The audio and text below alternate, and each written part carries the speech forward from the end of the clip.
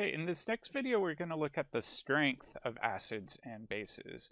And I wanted to start out by doing a comparison of a strong acid to a weak acid.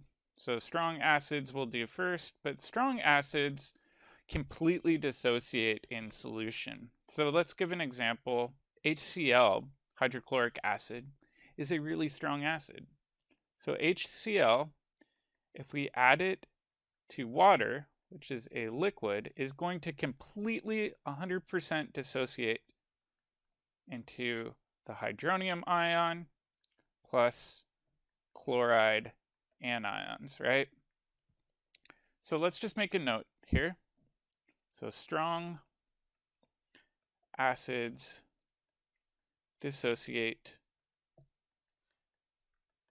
completely. Right? Another way of thinking about that is strong acids are represented with one-way arrows, meaning they're not under equilibrium conditions. So it's a one-way reaction arrow. Okay, as you can probably tell, weak or moderate acids are different.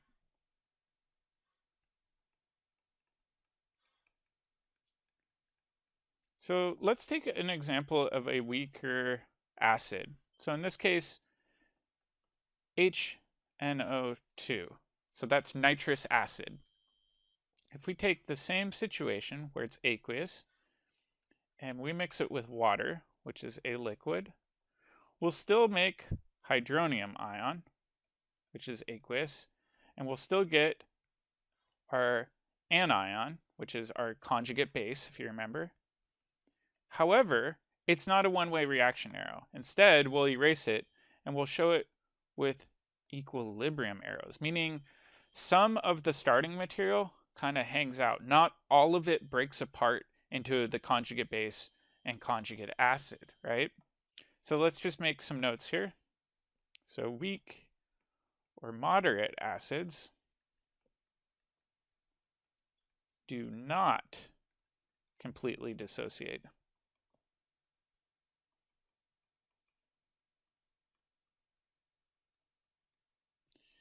And the way I always remembered with it is if you see equilibrium arrows, that's a big clue.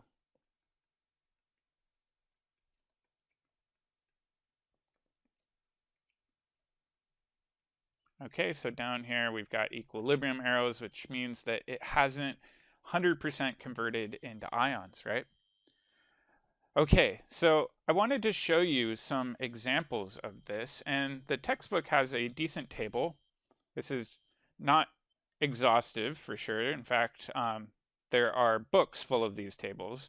But you can see up top, we've got the really, really strong acids. In fact, they label them as strong right here. And then as we go down, things get weaker.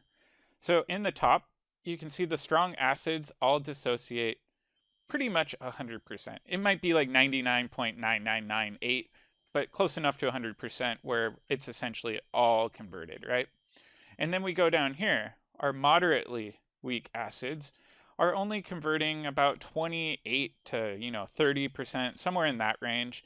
And then if we go down further, the weak acids really do a terrible job of producing ions. Oftentimes they're like 1% or less.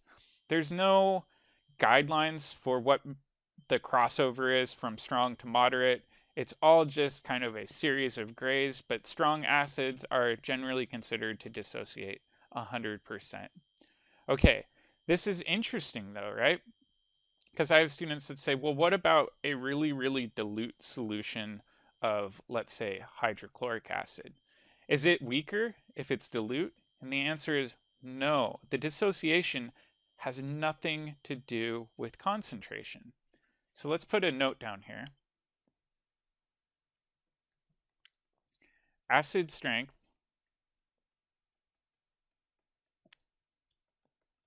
is unrelated to concentration. It's a common mistake that students make.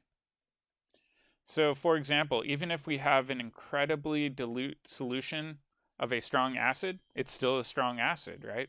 It doesn't matter what the concentration is. All right, so over here on this part of the table, you see something called Ka. This is another way of measuring acid strength, and that's what I want to jump into next. So measuring acid strength with Ka. All right, so Ka isn't looking at dissociation directly, but kind of. And as you can imagine, the K symbol is indicative of measuring the equilibrium constant. So let's just first do a generic reaction. Okay, so let's just do generic acid HA, right? So let's say I take this kind of imaginary acid HA and I put it into water. You know that water is a liquid. And we're just going to imagine this being in equilibrium. But HA is going to give up this proton to water, right? Which means if it gives up that proton, we'd be left with A minus. That's going to be our conjugate base. And it would hand off the proton to water, which would turn that water into H3O plus. All right, so this is going to be our generic equilibrium, right? Well, let's define the K value for this equilibrium. So if you remember, the K value for an equilibrium is going to be the concentration of our products over the concentration of our reactants. So we've got one product, A minus, and we've got another product over here, H3O plus. In this case, we don't have any reaction coefficients, so we don't need to put any numbers in there and there, right? So we'll just leave those as is. And then on the bottom, I'll put in my reactants. So I've got HA down here, and I've got water as well. But if you remember from my water self-ionization video, the concentration of water here really isn't going to change very much during this entire reaction. In fact, it's going to essentially act as a constant. So what we can do is we can rewrite this, and we could say, well, K times the concentration of H2O, this whole side can act as a constant, which leaves everything else left over. In fact, let's write what's left over now.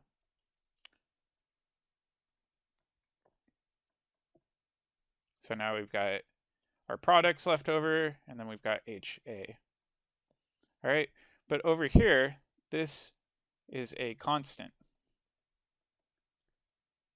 Okay, so what chemists do is they say, well, this is a constant, and we're going to be investigating an acid. So they're just going to say, let's just rename this to Ka. Okay, so we can rewrite this whole thing as Ka is equal to our product side, which is our conjugate base, times the hydronium ion concentration over the concentration of our acid, right? So it's a lot easier for chemists to work with this as a calculation, right? So let's think about what a large Ka means, right? So let's just make some side notes here. So large Ka. If we have a large Ka, that means that the numerator side must be really big, right? Not the denominator side. So if it's a large Ka, that means we're making a lot of the hydronium ion, which means that this must be a strong acid. All right, let's think about a small Ka. All right, if we've got a really small Ka, that means that the denominator side must be huge, and then the numerator side must be really small. So in this case, we wouldn't be making very much hydronium at all, and we could call this a weak acid. All right, so it is kind of interesting looking at this. Let's go back up to the table and see if this mathematical trend holds true. So we said large Ka would be strong acid, small Ka would be weak acid. So if we go to this table, you can see strong is going to be a very, very large Ka. Where down here, the weak acids are like 10 or sorry, 10 to the negative 10, that's tiny, right? Or 10 to the negative 7 or 10 to the negative 4. So mathematically, we can start representing these with a little bit more detail. And in fact, these are experimentally found. So we have definitive evidence in order to compare the strengths of relative acids. All right, before we wrap up, there's another weird thing with acids that we haven't quite talked about. But not all acids are equal. We've got monoprotic acids, we've got diprotic, and we've got triprotic acids.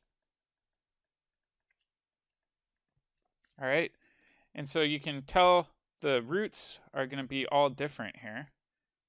And it's going to come as no surprise that a monoprotic acid will readily give up one proton.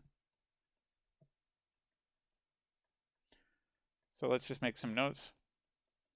So readily gives up one proton, hence the name mono. So let's take a look at an example of this. So let's say we've got HCl that's aqueous, right? If we think about this as an areneous acid, we'd say, well, it's going to give up its proton, but it only has one, so that's all it can give up. And that leaves chloride left over. So this is what I've been showing you a lot of. But let's imagine diprotic. All right, as you can imagine, this readily gives up 2 protons.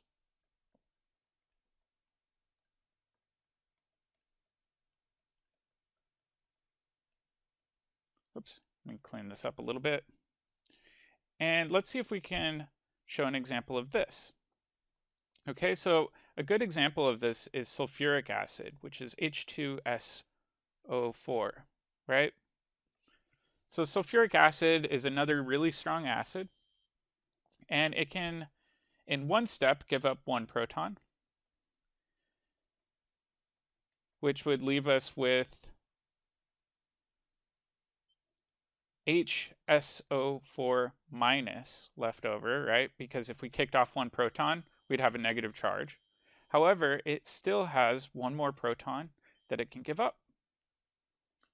So if it did the next step, we would have 2 protons now floating around, and we would have SO4 2 minus that's aqueous. So basically, it can do this twice. It doesn't happen all at once. In fact, if we think about this, this can still act as an acid. That's what the last reaction shows.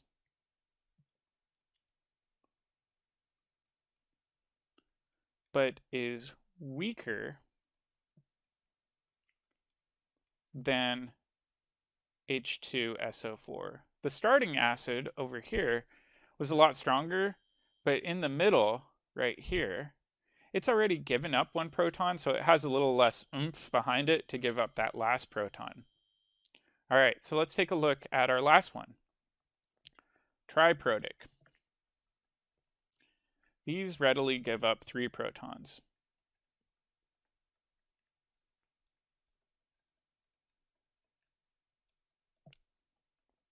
You may also see in some books polyprotic. Polyprotic just means gives up more than 1, or often even more than 3. But let's just stop at triprotic here. So a good example of this would be phosphoric acid, which is H3PO4. I'm not going to show each individual step, but as you can see over here, it's got 3 protons that could be given up. So I'm just going to say, let's do this all at once.